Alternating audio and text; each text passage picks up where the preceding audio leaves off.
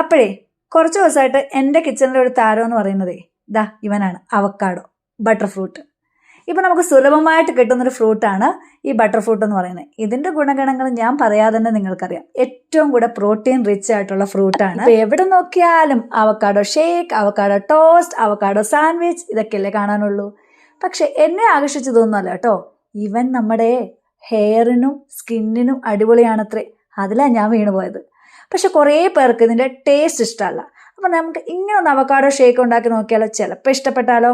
Avocado cut ചെയ്തിട്ട് ഒരു spoon കൊണ്ട് ഇതിങ്ങനെ കോരിയെടുക്കാം. നല്ല ക്രീമി ടെക്സ്ചറാണേ.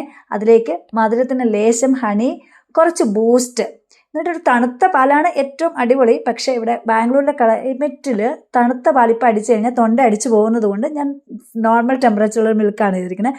നന്നായിട്ട് ബ്ലെൻഡ് ചെയ്തിട്ട് ഒന്ന് കുടിച്ച് നോക്കുക, ചിലപ്പോൾ ഇഷ്ടപ്പെട്ടേക്കാം. അപ്പോൾ പുതിയൊരു വീഡിയോ വരുന്നത്. ബൈ.